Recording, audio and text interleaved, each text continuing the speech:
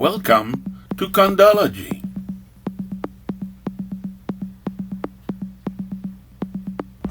I'm back. I am CondoBot. Let's go for another video. So we mentioned in a previous video that it was possible to register a condominium in two ways within CondoLogy. The first is to complete fields by fields to register the condominium, and the other was to be able to import a document inside CondoLogy. But before that, we will return to the CondoLogy website, and at the bottom here we happen to have a page which is the model of the importer. So the importer is the description of the condominium, and now I'm going to go into the file to show you what's inside the importer.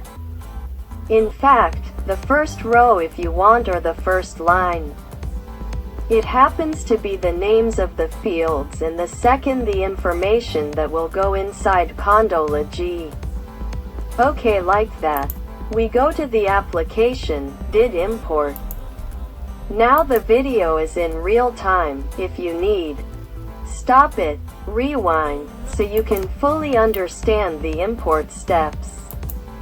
Local storage is the place where we kept our importer, so we open it. The application is to place a list of fields. It is mapping, of course. This is to ensure that the information goes to the correct fields in the application when importing.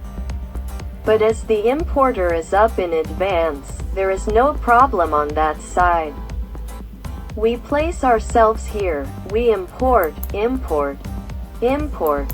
We wait for the result. It's already done. We go to the application.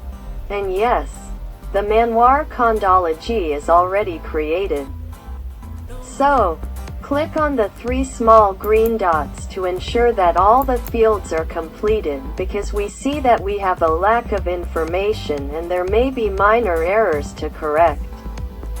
This is how we proceed to import into CondoLogy.